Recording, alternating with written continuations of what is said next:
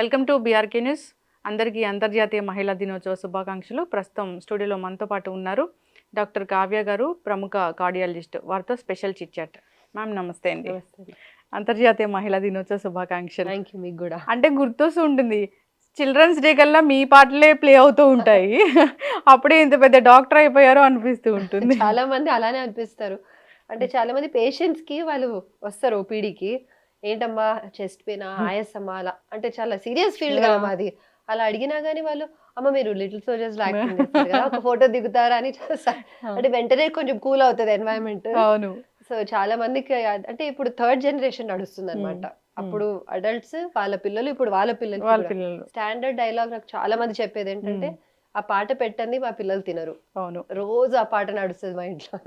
It feels very nice. అదే అనుకుంటున్నాను. అంటే చిల్డ్రన్స్ డే, ఇప్పుడు ఉమెన్స్ డే, ఎట్లా ఉంది ఆ జర్నీ అప్పటి నుంచి ఇప్పటి వరకు? అంటే ఆనెస్ట్ గా చెప్పాలంటే అండి, అప్పుడు నాకు 3 సంవత్సరాలు మూవీ షూటింగ్ అప్పుడు. సో నాకు అంత గుర్తులేదు.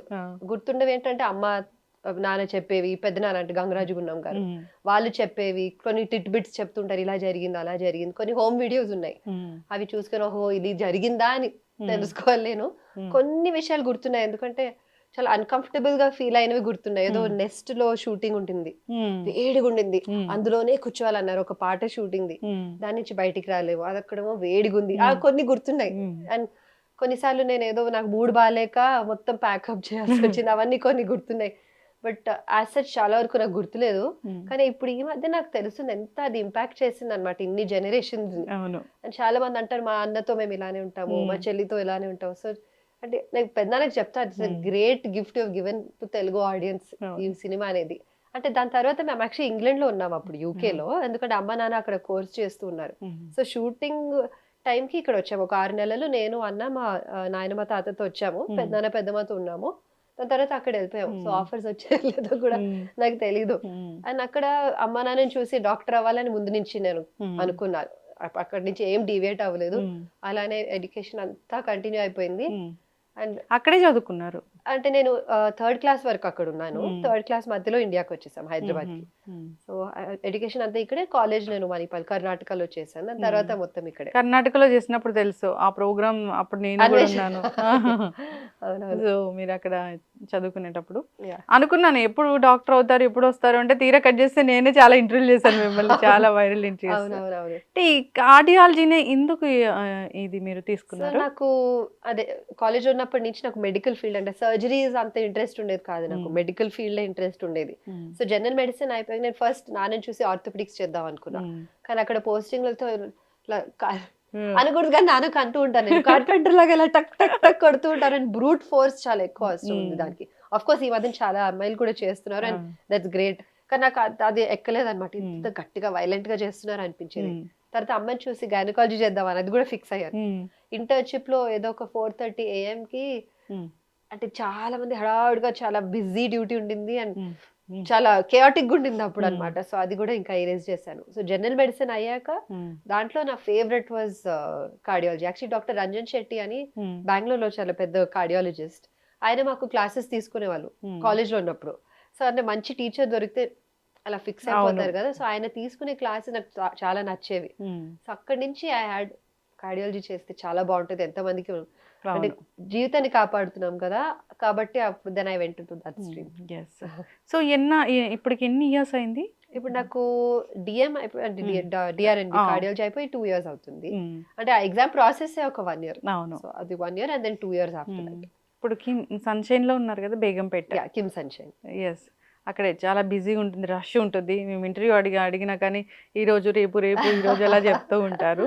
కార్డియాక్ ఇష్యూస్ అనేవి చూస్తే ఒకప్పుడు కన్నా చాలా చిన్న ఏజ్లో వస్తూ ఉన్నాయి.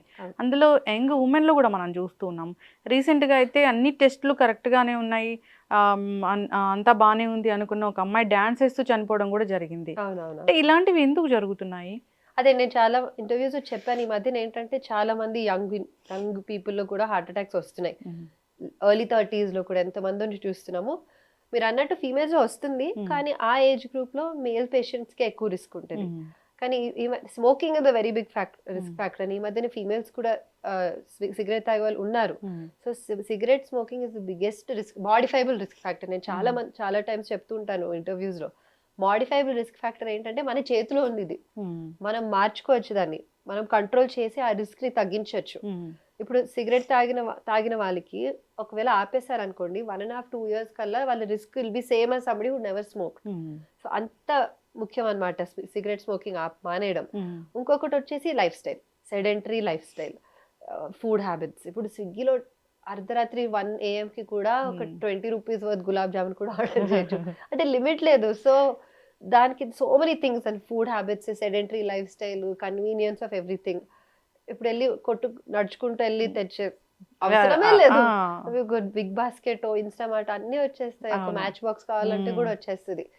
సో శారీరక శ్రమ లేదు, అస్సలు లేదు. కాబట్టి అది definitely risk, that's definitely contributing to heart attacks అన్నమాట. అండ్ మీరు డాన్స్ చేసి అటాక్ అంటే 2 కారణాలు అయి ఉండొచ్చు. ఒకటంటే రక్తనాళంలో బ్లాక్స్ వచ్చి హార్ట్ అటాక్ రావడం, లేదా ఈ ఏజ్ గ్రూప్ లో మసిల్ అంటే కండరం లావుగా హైపోట్రోఫిక్ కార్డియోమయోపతి అంటారు. ఆ పేషెంట్స్ కి ఏంటంటే సడన్ గా గుండె వేగం పెరిగి అటాక్ వచ్చేస్తారు, కార్డియాక్ అరెస్ట్ అయ్యి చనిపోవచ్చు. చాలా మంది అథ్లీట్స్ కి కూడా అవుతూ ఉంటది. సో అది 2D ఎకోస్ లో పికప్ అవుతుంది మామూలుగా, కానీ రెగ్యులర్ గా స్క్రీనింగ్ చేస్తేనే అది పికప్ అయ్యేది. ఓకే, అంటే ఈసీజీ 2D ఎకో నార్మల్ గా ఉంటే వాళ్ళకి హార్ట్ ఇష్యూ లేనట్లే అంటే 100% చెప్పలేము ఇది. అది నార్మల్ ఉన్నా గానీ ఇబ్బందులు ఉండొచ్చు. స్ట్రక్చరల్ హార్ట్ డిసీజ్ అంటే కండరంలో ప్రాబ్లం ఉంటే అది ఖచ్చితంగా 2D ఎకోలో బయటపడుతుంది. ఏమైనా డౌట్ ఉంటే కార్డియాక్ ఎంఆర్ఐ అడ్వైస్ చేస్తాము. రక్తనాళాల్లో బ్లాక్స్ ఉండడానికి చూడడానికి ట్రెడ్మిల్ టెస్ట్ ఒకటైతే చేపిస్తాము, కామన్ గా చాలా రొటీన్ గా చేపిస్తాం. అది కూడా నార్మల్ వచ్చి హార్ట్ అటాక్స్ లేదంటే గుండె రక్తనాళాల్లో బ్లాకేజెస్ ఉండడం అవ్వచ్చు. అది 100% సెన్సిటివ్ కాదు కాబట్టి. సో డౌట్ ఎక్కువ ఉన్న వాళ్ళకి మనం యాంజియోగ్రామ్ చేస్తాం. యాంజియోగ్రామ్ లో ఏమీ లేదంటే ఏం లేదంటే దట్స్ ద ఫైనల్. సో ఈ హార్ట్ ఎన్లార్జ్మెంట్ అవన్నీ కూడా తెలిసిపోతాయా? అది 2D ఎకోలో. ఎన్లార్జ్మెంట్ అనేది 2D ఎకోలో తెలుసు. సో బ్లాక్ వస్తది రాదు అనేది కూడా యాంజియోగ్రామ్ లో తెలుసు. యాంజియోగ్రామ్ లో మనకి తెలుస్తుంది 50% బ్లాక్ ఉందా, 70%, 90%, స్టెంట్ అవసరమా, బైపాస్ అవసరమా అనేది తెలుసుకోవచ్చు. ఒకవేళ మైల్డ్ బ్లాక్స్ ఉన్నాయి అనుకోండి, మందులతో డిశ్చార్జ్ చేస్తాం మామూలుగా. కానీ వాళ్ళ రిస్క్ ఫ్యాక్టర్స్ బీపీ, షుగర్ అవన్నీ కంట్రోల్ చేసుకోవాలి. బ్లడ్ థిన్నర్స్ అవసరం ఉంటే మేము రాసిస్తాము. రెగ్యులర్ గా వాడుకుంటూ రెగ్యులర్ గా cholesterol test, sugar test regular గా ఫాలో అప్ లో ఉంటే మంచిది. చాలా మంది వాళ్ళు వెళ్ళిపోతారు, నార్మల్ ఉంది కానీ 3-4 years తర్వాత అటాక్ తో కూడా రావచ్చు. ఏదైతే 40% ఉందనుకోండి, వాళ్ళు రెగ్యులర్ చెకప్స్ కి రాకపోతే అది ప్రోగ్రెస్ అవుతుంది. అంటే ఏం సిమ్టమ్స్ ఏం తెలియవు అప్పుడు కొందరికి. అలా అంటే చాలా మంది 20 diabetic patient especially silent heart attacks అంటారు, సైలెంట్ ఎంఐ, మయోకార్డియల్ ఇన్ఫాక్షన్. వాళ్ళకి సిమ్టమ్స్ రాకుండా వేగ్ సిమ్టమ్స్ వస్తాయి. యాంజైనా అంటే చెస్ట్ పెయిన్, యాంజైనా ఈక్వివాలెంట్ అంటే చెస్ట్ పెయిన్ బదులు వేరే రకమైన సిమ్టమ్స్ అన్నమాట. స్వెట్టింగ్, చెమటలు పట్టడము, కళ్ళు తిరగడము, ఆయాసం రావడం, ఇవన్నీ angina equivalents. Especially elderly patients, sugar ఉన్న పేషెంట్స్ కి అలా వస్తారు వాళ్ళ హాస్పిటల్ కి. అప్పుడు ఈసీజీ కానీ 2D ఎకో కానీ తీస్తే అందులో ఏదో బయటపడుతుంది. ఓకే, అయితే 40 తర్వాత ఉమెన్ లో ఈ హార్ట్ అటాక్ అనేది ఎంత సాధారణంగా చూస్తాం మనం? సో యాక్చువల్లీ ఒక స్టడీ ఉందండి, అదేంటంటే 45 to 55 ఏజ్ గ్రూప్ లో 1 out of 8 విమెన్ కి కార్డియాక్ ఇష్యూ ఉండొచ్చు. కానీ అబవ్ 60 years ఆఫ్ ఏజ్ లో 1 out of 3 విమెన్ కి కార్డియాక్ డిసీజ్ ఉంటుంది. అది ఎందుకు అంటే మెనోపాజల్ అంటే ప్రీ మెనోపాజల్ ఏజ్ గ్రూప్ లో వాళ్ళు ఈస్ట్రోజన్ వల్ల, హార్మోన్స్ వల్ల ప్రొటెక్ట్ అయి ఉంటాయి అన్నమాట. రక్తనాళాలు, క్లాటింగ్, ప్రివెంటింగ్ క్లాటింగ్, అవన్నీ ప్రొటెక్టివ్ మెకానిజమ్స్ ఉంటాయి బాడీలో. ఆఫ్టర్ 60 years ఆఫ్ ఏజ్ వాళ్ళకి జనరల్ గా అంటే బ్లడ్ క్లాటింగ్ టెండెన్సీస్ ఎక్కువ అవ్వడం, హార్మోన్ లెవెల్స్ తగ్గిపోవడం వల్ల రిస్క్ ఎక్కువ అవుతుంది. ఓకే, అయితే ఇప్పుడు జనరల్గా ఉమెన్ చూస్తే వాళ్ళ ఇంట్లో వాళ్ళు హెల్తీగా ఉన్నారా, వాళ్ళు బాగున్నారా, వాళ్ళు ఫుడ్ తిన్నారా, ఇలాంటి వాటి మీదే ధ్యాస పెడుతూ ఉంటారు. కానీ వాళ్ళకి ఏదైనా ఒక సిమ్టమ్ కనిపించినా కానీ హెల్త్ గురించి అంతగా పట్టించుకోరు. హార్ట్ అటాక్ వస్తుంది, వచ్చే ముందు ఇలాంటి లక్షణాలు కనిపిస్తాయి, ఖచ్చితంగా మీరు టెస్టులు చేయించుకోవాలి 40 తర్వాత అంటే ఓవరాల్గా ఏం చెప్తారు మ్యామ్ దీని గురించి? మీరు అన్నట్టు అది చాలా కరెక్ట్ అండి. అంటే చాలా వరకు వాళ్ళు చూసుకోకుండా వేరే వాళ్ళు, అవును, వాళ్ళ ఫ్యామిలీ అంతా హెల్త్ చూసుకుంటారు అండ్ వాళ్ళది వాళ్ళు ఇగ్నోర్ చేస్తారు సిమ్టమ్స్ అన్నమాట. కానీ మామూలుగా రొటీన్ గా మీరు ఏ పనులు చేస్తూ ఉన్నారో అవి ఉండడం, ఆయాసం వల్ల కానీ, ఛాతీలో బరువు అనిపించడం వల్ల, పిండేసినట్టుగా అనిపించడము, దడ అనిపించడము, చెమటలు రావడం రొటీన్ గా మీరు చేయగలిగారు. కానీ ఇప్పుడు ఈ మధ్యన చేయలేకపోతున్నారు. ఏం చేస్తారంటే కొందరు వాళ్ళ లైఫ్ స్టైల్ అడ్జస్ట్ చేసేస్తారు. హాఫ్ అన్ అవర్ నడిచే వాళ్ళు ఇప్పుడు 10 minutes నడిచేసి ఏదో ఇబ్బంది ఉంది కాబట్టి ఇంకా 10 minutes నడిచేసి గడిపేస్తారు రోజంతా. కానీ దోస్ ఆర్ సిగ్నిఫికెంట్ అన్నమాట. రొటీన్ యాక్టివిటీస్ కి ఏదో ఒకటి అడ్డం పడుతుంది. సో డెఫినెట్ గా అది చూపించుకోవాలి. Okay, yes. టెస్ట్లు అంటే జనరల్‌గా వీళ్ళకి ఇప్పుడు 40 దాటింది ఉమెన్.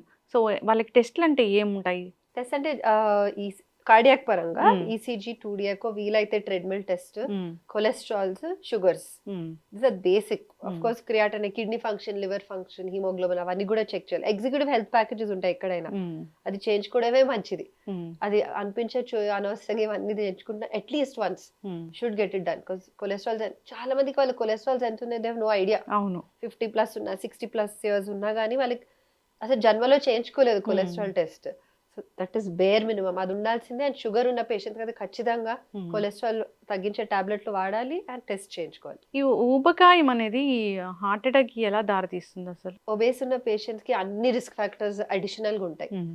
అంటే బీపీ ఎక్కువ ఉంటుంది, షుగర్ ఎక్కువ అయ్యే ఛాన్సెస్ ఉంటుంది, కొలెస్ట్రాల్ ఎక్కువ ఉంటుంది. సో ఇవన్నీ risk factors additional to the obesity itself ఉంటాయి. హ్మ్. అండ్ వాళ్ళకి weight loss around 2 to 3 kgs తగ్గించారనుకోండి, హ్మ్. 1 to 2 మిల్లీమీటర్ బీపీ ఆటోమేటిక్గా తగ్గిపోతుంది. సో వెయిట్ లాస్ అనేది చాలా చాలా ముఖ్యం. హ్మ్. అండ్ ఈ మధ్యన కొద్దిగా అవేర్నెస్ పెరిగింది వెయిట్ అవును. లాస్ గురించి, ఒబేసిటీ గురించి, వర్కౌట్స్ గురించి. హ్మ్. సో అది అంటే మేము చాలా రీఎంఫసైజ్ చేస్తామన్నమాట హ్మ్. పేషెంట్స్కి. మీరు ఈ మందులు వాడడం సరే కానీ మీరు హ్మ్. వెయిట్ తగ్గించకపోతే, ఎక్సర్సైజ్ చేయకపోతే దీని లాభమే ఉండదు. ఈ అవును. మందులు వాడినా ఏం లాభం ఉండదు అని చెప్పాలి. ఎక్సర్సైజ్ అంటే అసలు అంటే వాకింగ్ చేసుకుంటే సరిపోతదా? లేదా జిమ్‌కి వెళ్లి ఎక్సర్సైజ్ చేసుకోవాలా? నార్మల్‌గా ఎక్సర్సైజ్ అంటే ఏం చేస్తే? సో యాక్చువల్లీ డెఫినిషన్స్ ఉన్నాయండి. Hmm. American Heart Association hmm. Moderate intensity and high intensity workouts గురించి. హ్మ్. వాళ్ళు ఏమంటారంటే ఒక వారంలో 2 టైమ్స్ రెసిస్టెన్స్ ట్రైనింగ్ అంటే వెయిట్స్ అండ్ హ్మ్. జిమ్మింగ్ అంటున్నారు కదా! వెయిట్స్ లేపడం 2 times in the week is enough. Hmm. All other days walking is very safe. Hmm. Walking, jogging, cycling, swimming, tennis, badminton anything hmm. ఒక అరగంట. And వీలైతే out of 7 days 5 days hmm. If possible 7 days 5 రోజులన్నా చేయాలి. హ్మ్. Yes. ఖచ్చితంగా అండి. చాలా చక్కగా చెప్పారు. ఉమెన్ జనరల్‌గానే తన హెల్త్ గురించి తాను పట్టించుకోరు మనం అనుకున్నట్లుగా. అవును. అయితే ఇప్పుడు ఈ మధ్య కాలంలో మీరు అంటే ఎంత ఫ్రీక్వెంట్‌గా ఈ కేసెస్ అనేవి చూస్తూ ఉన్నారు? ఉమెన్ హార్ట్ అటాక్ అనేది? చాలా పెరిగిందండి. హ్మ్. అంటే ఒకటేంటంటే ఏజ్. హ్మ్. యంగర్ పీపుల్‌లో కూడా వస్తుంది కాబట్టి, హ్మ్. అందులో గూడా ఆ యంగర్ ఏజ్ గ్రూప్‌లో ఫీమేల్స్ తక్కువ గాని అది గూడా చూస్తున్నాం. హ్మ్. ఎందుకంటే వాళ్ళకి ఏదో ఒకటి కొలెస్ట్రాలో, అండర్‌లైయింగ్ డయాబెటీస్, హ్మ్. ఫ్యామిలీ హిస్టరీ ఉండడం హ్మ్. అవన్నీ ముఖ్యం. ఇప్పుడు ఫ్యామిలీ హిస్టరీ అంటే ఫస్ట్ డిగ్రీ రిలేటివ్స్ అంటే హ్మ్. అమ్మా, నాన్న లేదా అన్న, తమ్ముడు, అక్క, చెల్లెలకి హ్మ్. యంగర్ ఏజ్ గ్రూప్‌లో హార్ట్ అటాక్ వచ్చిందా? హ్మ్. ఫీమేల్స్ అంటే below 65 age group. First degree relative less than 65 or మేల్స్‌కి లెస్ దాన్ 55 ఇయర్స్‌కి హ్మ్. స్టెంటింగ్ గాని, బైపాస్ గాని అలాంటిదేమైనా అవసరం పడిందంటే హ్మ్. వాళ్ళ రిలేటివ్ ఫస్ట్ డిగ్రీ రిలేటివ్‌కి ఖచ్చితంగా హార్ట్ అటాక్ వచ్చే ఛాన్స్ ఎక్కువుంటది. ఓకే. సో, వాళ్ళు ఇంకా కొంచెం థ్రెషోల్డ్ తగ్గించి టెస్ట్‌కి ఎర్లీగా ఎళ్ళాలి. హ్మ్.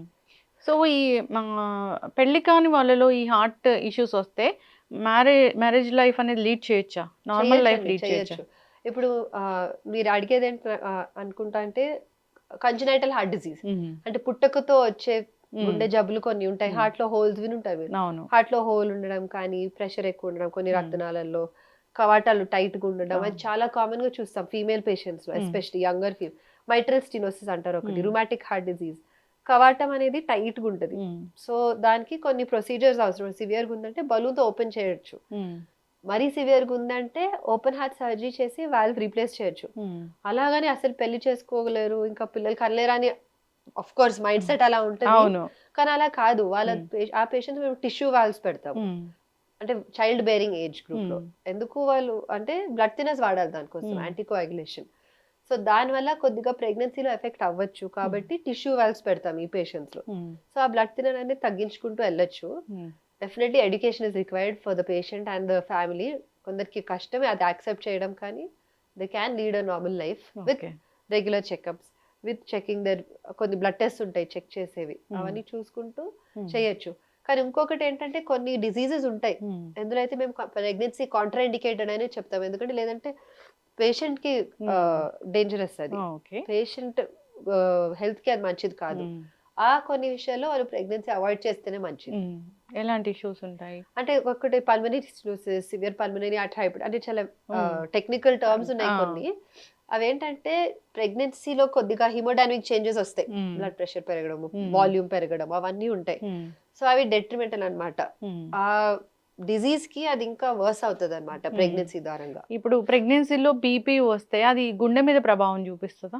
అంటే ప్రెగ్నెన్సీ బీపీ మామూలుగా ఆ ప్రెగ్నెన్సీ వరకే ఉండిపోతుంది చాలా వరకు. కానీ కొందరికి తర్వాత కూడా బీపీ ఉండే ఛాన్సెస్ ఉంటాయి.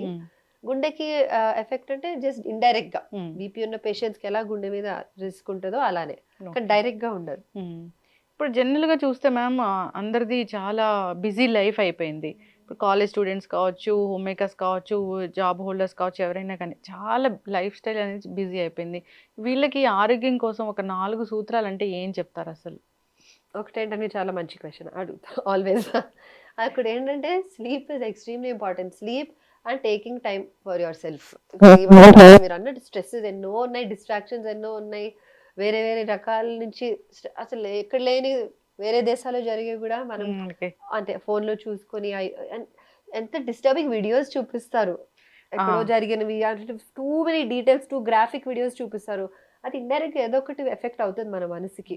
So without the screen for at least 1-2 hours before going to bed, no screen, no phone, no TV, no iPad. Sound sleep at least 6 hours, 6 to 8 hours sound sleep చాలా ముఖ్యం.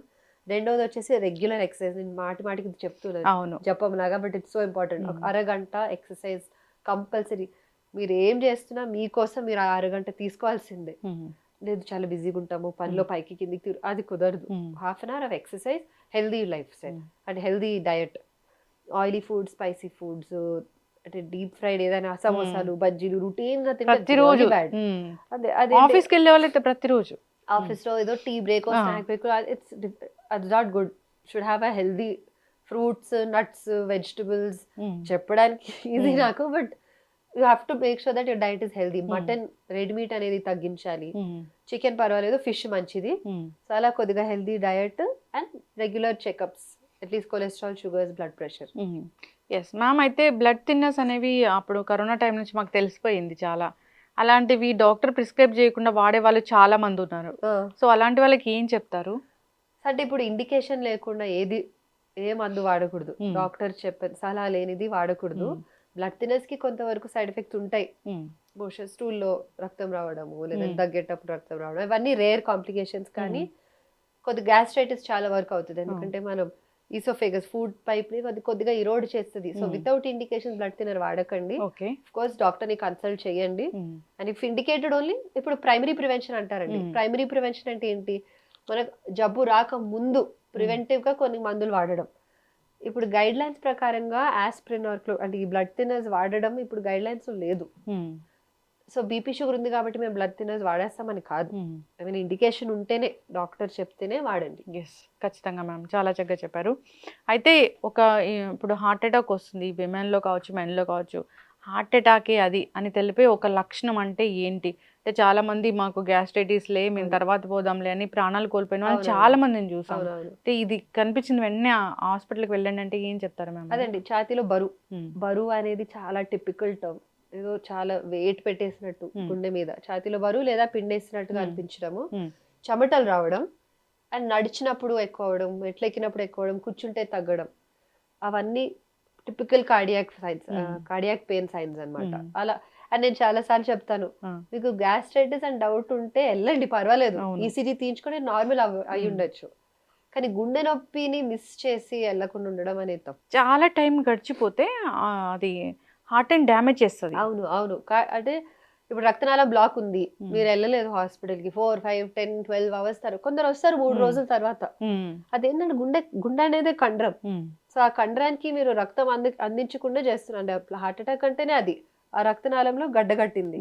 సో రక్తం సరిగ్గా అందుకోవట్లేదు కండరానికి, అది మెల్లిగా డ్యామేజ్ అవుతూ ఉంటది. కార్డియాలజీలో టైమ్ ఇస్ మసిల్ అనేది చెప్తూ ఉంటాం. ఐ థింక్ ప్రీవియస్ ఇంటర్వ్యూలో కూడా అదే చెప్పాను, టైమ్ ఇస్ మసిల్. ఆ కండరం అలా డ్యామేజ్ అయిపోతూ ఉంటదండి. అప్పుడు స్టెంట్ వేసిన లాభం పెద్దగా ఉండదు, పంపింగ్ చాలా మొత్తం ఎఫెక్ట్ అయిపోయి ఉంటది అప్పటికి. ఏదైనా ఒక టాబ్లెట్ ఉంటుందా? అంటే ఇలా ఏదైనా ఇబ్బంది రాగానే ఒకసారి టాబ్లెట్ వేసుకొని హాస్పిటల్కి వెళ్ళడానికి ఏదైనా ఒక టాబ్లెట్? అంటే సార్బిట్రేట్ మీరు వినుంటారు, నాలుగు కింద పెట్టుకునేది. అదేంటంటే నొప్పి కోసం, వెంటనే కొంచెం నొప్పి తగ్గించి కొంచెం బ్లడ్ ఫ్లో ఎస్టాబ్లిష్ అవుతుంది. ఆస్పిరిన్ ఒకవేళ ఉందంటే ఇంట్లో అది వేసుకోవడమే మంచిది. కానీ వెంటనే వెళ్ళిపోవాల్సిందే, వెంటనే వెళ్ళడం. ఎక్కడైనా చిన్న హాస్పిటల్ కన్నా, నర్సింగ్ హోమ్ కన్నా వెళ్ళండి, ఒక ఈసీజీ తీసుకుంటే వాళ్ళు బ్లడ్ థిన్నర్స్ వెంటనే ఇస్తారు, దెన్ వేరే సెంటర్ కి షిఫ్ట్ చేసుకోవచ్చు. ఎస్, ఖచ్చితంగా మ్యామ్, చాలా చక్కగా చెప్పారు. ఈ స్మోకింగ్ అనేది ఖచ్చితంగా మానేయాల్సిందే అలవాట్లు ఉన్న వాళ్ళు. సో మీరు అన్నట్లు వర్కౌట్స్ చేయాల్సిందే. సో విమెన్ అయితే తన గురించి తాను పట్టించుకోవాలి ఖచ్చితంగా. తనకు కూడా హెల్త్ చెకప్ అనేది ఖచ్చితంగా అవసరం. అవునవునవును. నేను ఫీమేల్ ఉమ్. మెనోపాజ్ వరకు నాకేం అవ్వదు ఆ, అనుకోవడం చాలా తప్పు. అవును. మన హెల్త్ బేస్ లైన్ ఇన్వెస్టిగేషన్ ఉండాల్సిందే. ఉమ్, దాని తర్వాత మీరు నార్మల్ ఉంటే సరే ఆ లైఫ్ స్టైల్ కంటిన్యూ చేయండి. ఒకవేళ అబ్నార్మల్ ఉంటే దానికి ఏదో ఒకటి చాలా మంది వచ్చి అంటారు, ఉమ్. వద్దు నేను ట్రెడ్మిల్ చేయించుకోను ఒకవేళ అందులో ఏమైనా బయటపడితే ఆ, అంటారు. అవును. అంటే బయటపడితే మంచిది, అప్పుడు మేము ఏదైనా ఒకటి ట్రీట్ చేయొచ్చు కదా. ఆ. ఒకవేళ ఉంది జబ్బు మీరు చెయ్యలేదు అది బయటపడలేదు అంటే నెక్స్ట్ డైరెక్ట్ గా ఐసీయూలోనే వస్తారు. అది నేను చాలా మందికి చెప్తాను అనమాట. Yes ma'am. అయితే ఒకటి ఫైనల్గా చాలా నేను విన్నాను ఏంటంటే ఈ శారీ గట్టిగా కట్టుకోవడం వల్ల కూడా హార్ట్ అటాక్ వస్తుంది. అది నిజమా? కాదు, ఉమ్, అసలు కాదు. అంటే ఉమ్, కొద్దిగా సర్క్యులేషన్ ఏదైనా మీరు గాజు వేసుకుని అది టైట్ ఉంటే అక్కడ సర్క్యులేషన్ కొద్ది వరకు ఉమ్. కాంప్రమైజ్ అవుతుంది. చీర ఇక్కడ ఏం అవ్వదు. ఓకే. ఇప్పుడు సిటీ కరోనరీ యాంజియో అని ఒక టెస్ట్ వచ్చింది కదా, అది మేము ఎవరైనా చేయించుకోవచ్చా? చేయించుకోవడం అయితే ఎవరైనా చేయించుకోవచ్చు, జస్ట్ సిటీ స్కాన్ అలా చేయించుకోవడం, కానీ దాని అవసరం అందరికీ లేదు. ఉమ్, చాలా మంది calcium score, CT calcium score చేయించుకుంటున్నారు. ఉమ్, అది మంచిది. ఇప్పుడు సిటీ కొరోనరీ యాంజియోగ్రామ్ అంటే మళ్ళీ వాళ్ళు కాంట్రాస్ట్ ఇంజెక్షన్ ఇస్తారు ఉమ్, రక్తనాళాలు చూడడానికి. ఉమ్. అది ఇండికేషన్ లేనిది, అదే అవసరం లేదు. అవసరం లేదు. ప్రీ టెస్ట్ ప్రాబబిలిటీ అనేది ఎక్కువ ఉంటే ఉమ్. మేమే రాసిస్తాము. ఉమ్, డాక్టర్ రాస్తే చేయించుకోండి. ఓకే. ఉట్టిగా ఏదో హెల్త్ ప్యాకేజ్ లో వస్తుందని చేయించుకోవడం తప్పు. అంటే ఇంత చిన్న వయసు చాలా చక్కటి విషయాలు చెప్పారు, పెద్ద డాక్టర్ అయిపోయారు. ఇంకోటి ఏంటంటే చెప్తున్నారు ఏంటంటే స్విగ్గీ జొమాటోలు ఫ్రైడ్ ఫుడ్స్ అలాంటివి తినకూడదండి. అంటే ఎట్లా ఉంటుంది మీ మార్నింగ్ నుంచి ఈవినింగ్ వరకు మీ లైఫ్ స్టైల్ అనేది ఎట్లా ఉంటుంది? అది అమ్మ అంటది, నువ్వు చెప్పినవి అన్ని నువ్వు చెయ్యాలని చెప్తారు. సో ఈ మధ్యన యాక్చువల్లీ నేను కొంచెం జిమ్మింగ్ అండ్ ఎక్సర్సైజ్ చేయడం, ఒక at least half an hour I'm try to take out నా కోసము. తర్వాత ఫీల్ అయినంత వరకు ఇంట్లో ఫుడ్ తెచ్చుకుంటాను. నేను హాస్పిటల్ కూడా ఇంట్లో ఫుడ్ తెచ్చుకుంటాను. బాక్స్ వచ్చింది అలా ఆ రోజు చెప్తున్నాను నేను వచ్చినప్పుడు. అదే బాక్స్ వస్తే టైం కి తినడానికి కూడా అది చాలా కష్టం, టైం కి తినడం. But what ever it is, food గబగబా 5 minutes లో తినేసినా మళ్ళీ కేసుకి వెళ్ళడం అవుతుంది. ఇంటికి వెళ్ళినప్పుడు మా అత్తమ్మ చాలా మంచిగా వండి పెట్టిస్తారు మాకు, సో తినేస్తాం. కానీ నాకు మా అన్నకి బిర్యానీ తినడం చాలా ఇష్టం, బిర్యానీ అండ్ పిజ్జా. అదే నేను అందరికి తినదని చెప్తాను కానీ ఎప్పుడో ఒకసారి అవుతుంది. అదే అప్పుడప్పుడు పర్వాలేదు. సో మాకు కూడా ఎస్పెషల్లీ క్రికెట్ మ్యాచ్ వచ్చింది అనుకోండి, పిజ్జా తెచ్చుకొని తినడం చాలా ఇష్టం. సో అప్పుడప్పుడు చేయడం పర్వాలేదు, but regular exercise is important. అమ్మ ఏం చెప్తారు జనరల్ గా హెల్త్ గురించి మీకు? అమ్మ అదే అమ్మ is very much fitness freak. అంటే తనకి సెల్ఫ్ డిసిప్లిన్ అనేది నేను ఇంకెవరిని చూడలేదు అమ్మకు ఉన్నంత. తను రాత్రి 3 o'clock డెలివరీ కోసం వెళ్ళినా గానీ 5:30కి టెన్నిస్ కోర్ట్ లో ఉంటది. సెల్ఫ్ డిసిప్లిన్ అసలు ఒక్క రోజు కూడా మిస్ అవ్వరు అనమాట. వాకింగ్ చేస్తారు, టెన్నిస్ ఆడతారు, and then off to the hospital. So అంటే బోత్ అమ్మ నాన్న అంటే ఎన్ని వాల్యూస్ నేర్చుకునే ఉన్నాయి మాకు. ఇంకా నాన్న కూడా ఇంత బిజీ షెడ్యూల్లో ఈ మధ్యన ఇన్ హాస్పిటల్లో కొంచెం ఒక టైం మార్నింగ్ తొందరగా వెళ్ళిపోయి ఒక అరగంట జిమ్ చేసి తర్వాత హీ స్టార్ట్స్ హిస్ డే. ఎప్పుడైనా వచ్చారా మీ దగ్గరికి చెకప్ కి? General checkup? No not yet. No no no no అసలు రాకూడదు. అది నేను చాలా మందికి చెప్తాను, నా పేషెంట్ గా అయితే ఎవరు పేషెంట్ గా అయినా జనరల్ చెకప్ కి రావచ్చు కదా. చెకప్ కంటే కొలెస్ట్రాల్ టెస్ట్ అవన్నీ చేసుకుంటూ చెక్ చేస్తూ ఉంటాము. బట్ స్టిల్ అమ్మా నాన్న అంటే ఫస్ట్ డిగ్రీ అదే క్లోజ్ రిలేటివ్ అయితే కొంచెం క్లౌడెడ్ జడ్జ్మెంట్ కదా ఉంటుంది. But all fine. ఇంకా ఏమున్నాయి లైఫ్ లో? ఇంకా ఇప్పుడు ఒక పెద్ద డాక్టర్ అయిపోయారు, ఇంకా ఏమైనా సాధించాలి అట్లా ఏమైనా ఉందా? సాధించేవి అయితే చాలా ఉన్నాయండి ఈ ఫీల్డ్ కార్డియాలజీలోనే. ఇంకా చాలా చేయడానికి ఉంది, బికాజ్ ఇప్పుడిప్పుడే స్టార్ట్ అవుతుందని. కాబట్టి చాలా అడ్వాన్స్మెంట్స్ వస్తున్నాయి అనమాట కార్డియాలజీలో, ఎన్నో అడ్వాన్స్. ఇప్పుడు కవాటలు కూడా ఓపెన్ హార్ట్ సర్జరీ లేకుండా తొడ నుంచి పంపించే చాలా అడ్వాన్స్, అది వచ్చి కూడా 10 సంవత్సరాలు అయింది. సో ఇలా so many advancements are there. అవన్నీ అక్వైర్ చేసి, అంటే కిమ్స్ సన్షైన్ లో చాలా మంచి టీం ఉన్నారు, and all latest advancements are there. So రోజు something the other to learn. ఇంకొకటి అంటే నాకు 2 పిల్లలు ఉన్నారు, సో వాళ్ళని చూసుకోవడంలో చిన్నోడు 3 years old ఇప్పుడు. ఇంకా అమ్మ ఫేజ్ లో ఉన్నాడు. ఇప్పుడు ఆ బ్యాలెన్స్ నడుస్తుంది కొంచెం. వారిద్దరు పెద్దగా అయ్యాక ఇంకా ఏవో చేద్దామని. ఖచ్చితంగా ఒక సక్సెస్ఫుల్ ఉమెన్ అయిపోయారు మీరు, ఒక పెద్ద డాక్టర్ అయిపోయారు, బిజీ డాక్టర్. మీరు లైఫ్లో ఏం సాధించాలనుకుంటారో అన్నిటికీ గాడ్ బ్లెస్ చేయాలి. మా బ్లెస్సింగ్స్ ఎప్పుడు మీకు ఉంటాయి. ఎంతో మంది ప్రాణాలు నిలబెడుతూ ఉంటారు. సో లాస్ట్ మినిట్లో వచ్చినా కానీ అడ్వాన్స్ ట్రీట్మెంట్స్ అనేవి అందిస్తూ ఉంటారు, మంచి మంచి సర్జరీస్ చేస్తుంటారు, వాళ్ళు ప్రాణాలు నిలబెడుతూ ఉంటారు. బయట మీరు ఇంటర్వ్యూ చేసి బయటకు వస్తున్నప్పుడు అక్కడ వాళ్ళు మాట్లాడుకునే నేను చాలా విన్నాను. సో మాకు లాస్ట్ మినిట్లో వచ్చాము, ఇలా బ్రతికించారు అలాగా. అంతకన్నా బ్లెస్సింగ్ ఇంకా ఏం కావాలి. సో లైఫ్ లో మీరు సక్సెస్ అవ్వాలి ఇంకా. Thank you so much and thank you so much. మీరు ఇంత మంచి ఇంటర్వ్యూస్ తీసుకొని చాలా చక్కగా క్వశ్చన్స్ అడుగుతారు అండ్ ఐ ఫీల్ మీ ద్వారా నేను చాలా మందికి some advice I'm able to give అందరికి. Thank you so much. Already మీరు చాలా ఏమంటారు ఒక సెలబ్రిటీ, డాటర్ ఆఫ్ గురువారెడ్డి గారు అంటే నానా కాబట్టి చాలా మంది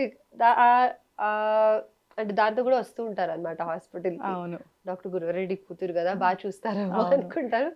ఓల్డ్ ట్రెడిషన్ లాగా భలే చెప్తున్నారని కామెంట్స్ చాలా ఎక్కువ ఉంటాయి అక్కడ.